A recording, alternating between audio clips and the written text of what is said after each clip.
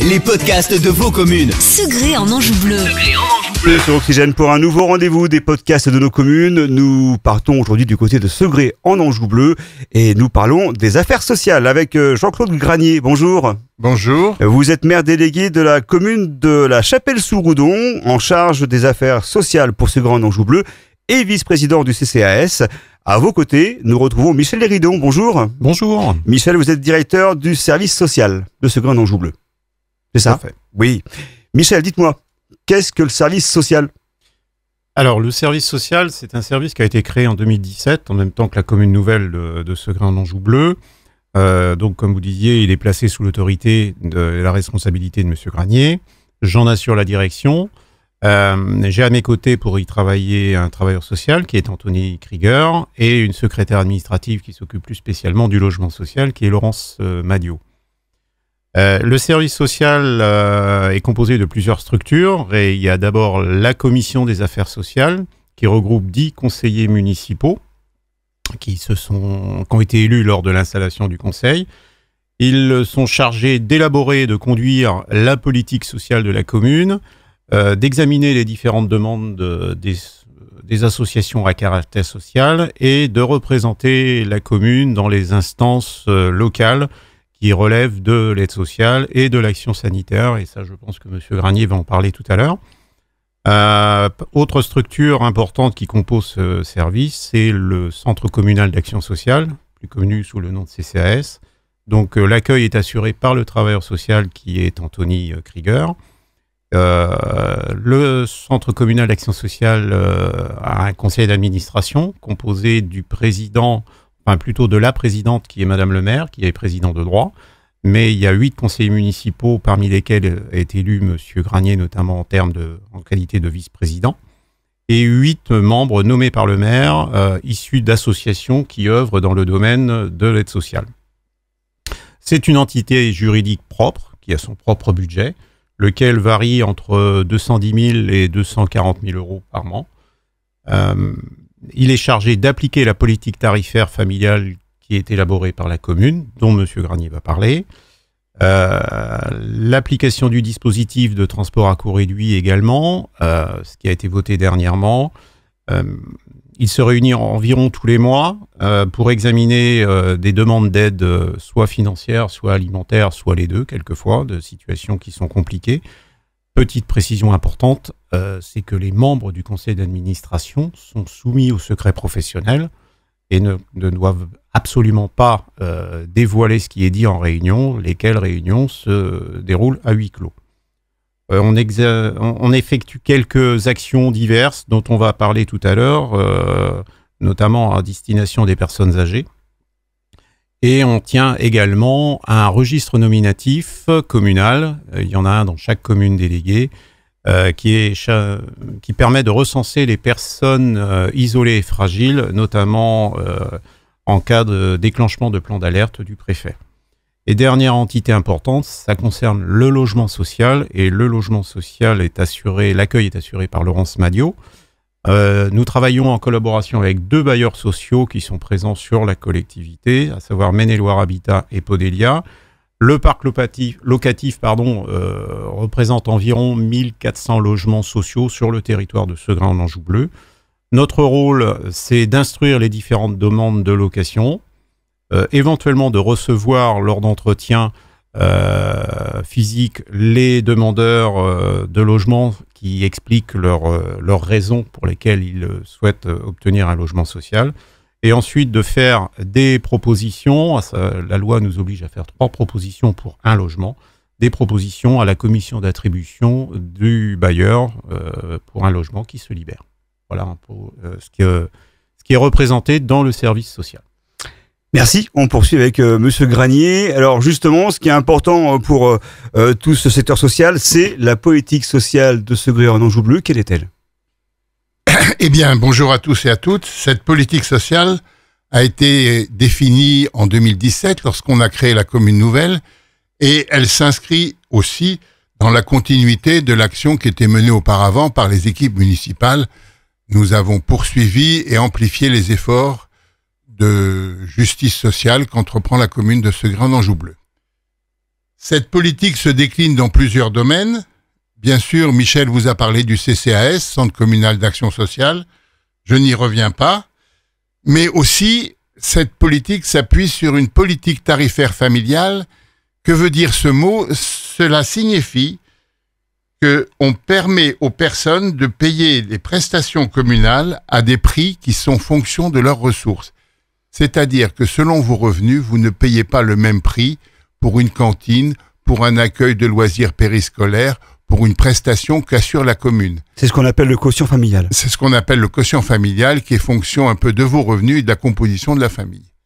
Et donc, c'est un élément de justice sociale en quelque sorte. Cette politique aussi s'appuie sur un dispositif de transport à coût réduit qui vise plus particulièrement les personnes non imposables effectuant des trajets dans un but sanitaire. Nous leur remboursons une partie des frais qui sont engagés, soit lorsqu'ils circulent avec voiturage, soit lorsqu'ils circulent dans un taxi, pour des motifs, je répète, médicaux, passer des examens, aller rendre visite à un patient qui est hospitalisé. On s'est rendu compte que ces mouvements étaient assez nombreux et finissaient par coûter cher, surtout aux personnes disposant de peu de revenus. Ce dispositif de transport à coût réduit a été instauré il y a quelques mois. Les premiers éléments d'évaluation sont très satisfaisants et je pense que nous remplissons parfaitement notre rôle. Nous développons aussi, en partenariat avec la conférence des financeurs, des actions qui ont pour finalité de prévenir la perte d'autonomie chez les personnes âgées, atelier nutrition, atelier informatique, challenge senior, dont vous a parlé déjà Michel. Nous gérons aussi, bien sûr, la tenue du registre communal des personnes isolées fragiles, en fonction de la canicule ou bien des grands froids. Nous gérons les logements sociaux, comme l'a dit Michel, et nous luttons aussi contre l'habitat indigne. Les logements insalubres. Pardon? Les logements insalubres, c'est ça? Le logement insalubre ou l'habitat indigne.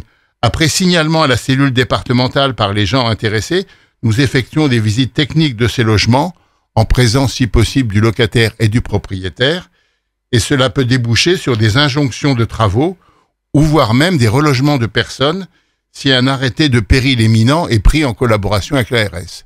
C'est un élément important de l'action, c'est très chronophage, mais je pense que cette action doit se poursuivre, même s'amplifier, de façon à éviter tous ces problèmes que rencontrent des gens ayant peu de ressources et qui sont obligés d'habiter dans des logements peu salubres.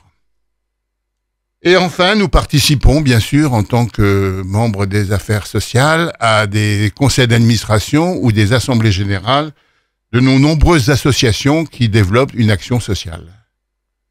Voilà. Bien, c'était complet. Merci. On va revenir à Michel Léridon.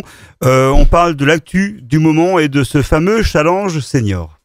Alors, l'actu du moment, effectivement, si on veut véritablement parler du moment, l'actu du moment, c'est des ateliers informatiques qui se déroulent actuellement, et ce jusqu'au 14 juin prochain.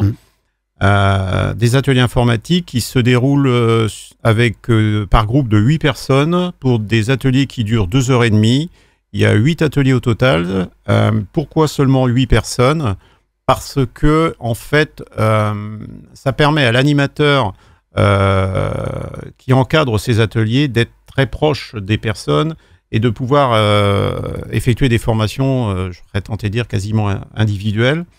Et donc, les personnes auront bénéficié ainsi de 20 heures de formation pour, pas dire le b.a.-ba de l'informatique, mais c'est surtout pour des tâches qui concernent les mails, l'envoi et la réception, les réponses, savoir créer un compte sur Internet. Regardez les podcasts de nos communes en vidéo. Voilà.